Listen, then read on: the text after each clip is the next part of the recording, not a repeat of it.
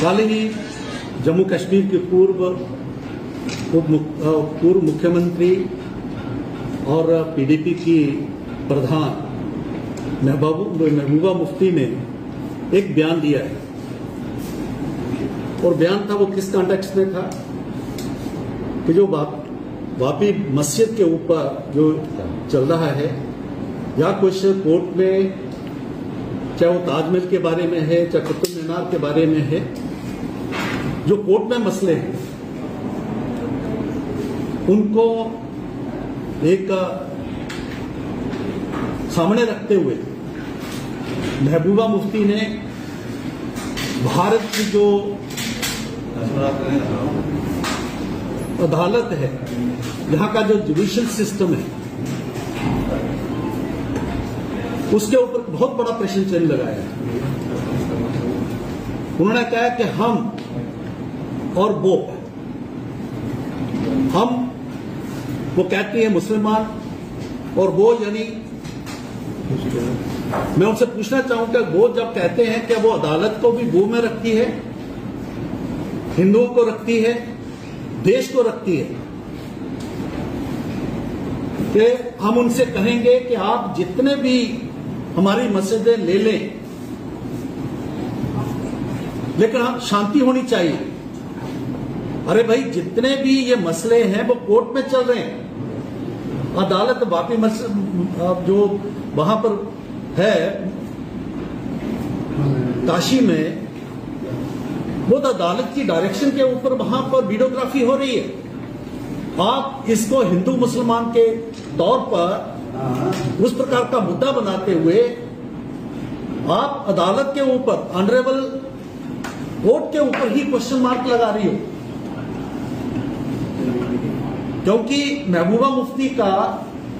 ये आदत बन चुकी है, वो इतनी बुखलाई हुई है कि कोई भी भारतीय संविधान में भारत की कोई संस्था है,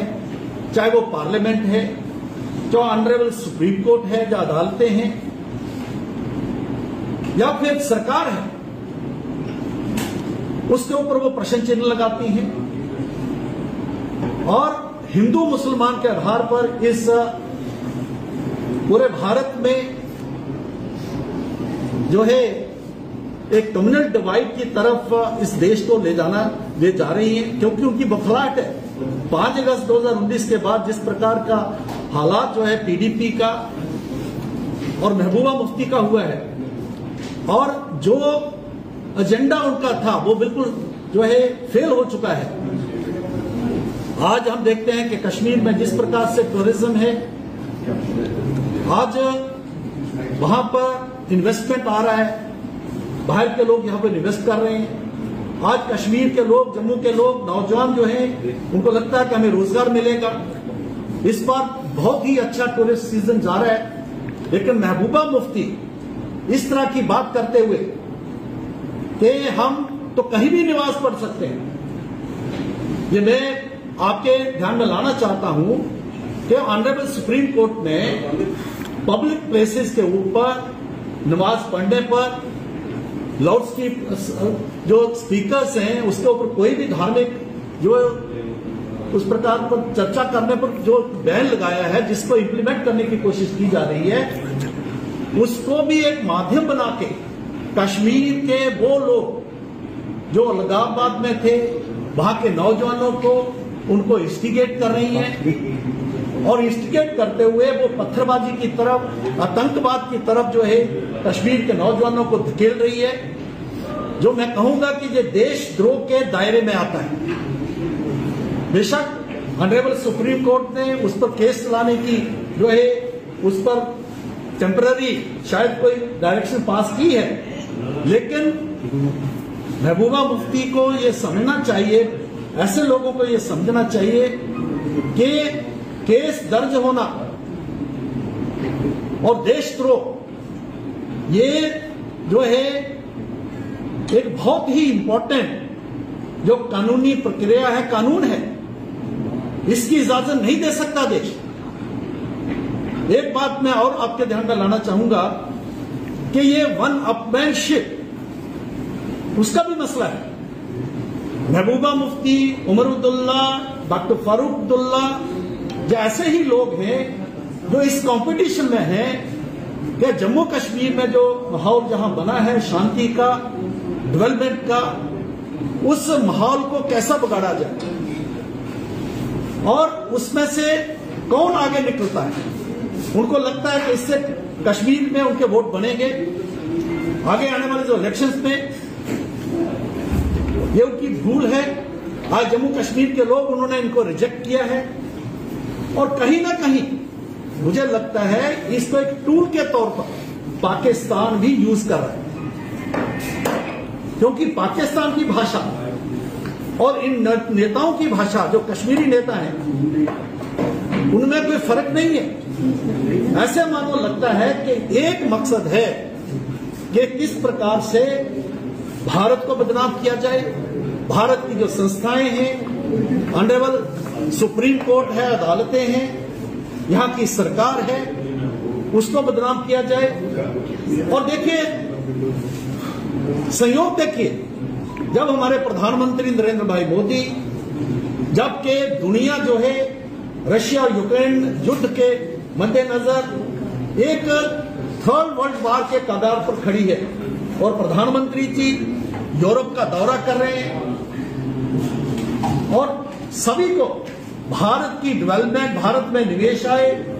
भारत आर्थिक तौर पर आगे बढ़े, ये कोशिश कर रहे हैं और वर्ल्ड पीस के लिए कर रहे हैं। उस वक्त पाकिस्तान का रवैया और ऐसे जो नेता हैं उनका रवैया एक जैसा है, तो ऐसा लगता है कि जो एक बहुत बड़ा एक जो है एक षड्यंत्र जो है भारत के खिलाफ है। भारतीय जनता पार्टी इसकी कड़े शब्दों में भर्त्सना करती है और ये हम कहेंगे कि आप बाहर जाइए। अगर वो यासीन मलिक, वो शबीर शाह, वो जो बाकी जो अलगाववादी उग्रवादी थे, जो उस वक्त के प्रधानमंत्री, कांग्रेस के प्रधानमंत्री, कांग्रेस की चेयरपर्सन, या बाकी लोग जिनके वहां गुश्तावे खाते थे, उनसे मिलते थे, आज वो वक्त आया है कि वो आज जेलों में हैं, उन पर मुकदमे चल रहे हैं और अल्टीमेटली उनको सजा के वहां कगार पर सजाएं होंगी। तो इस वक्त आप अपनी इस बात से बाज आइए,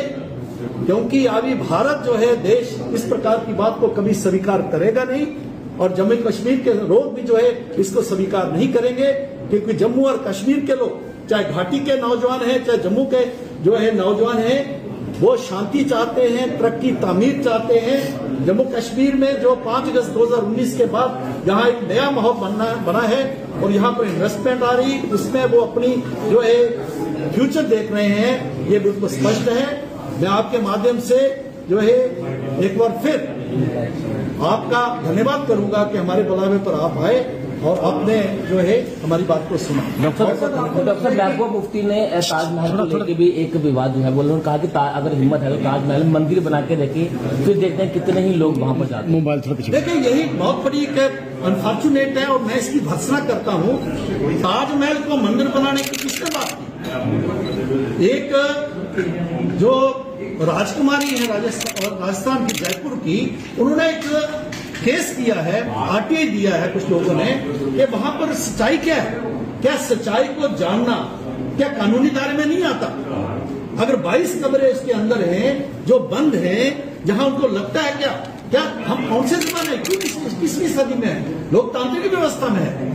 तो उनका पूरा हक बनता है उसकी सच्चाई जानने का। तो किसी ने वहां मंदिर बनाने की बात नहीं कही।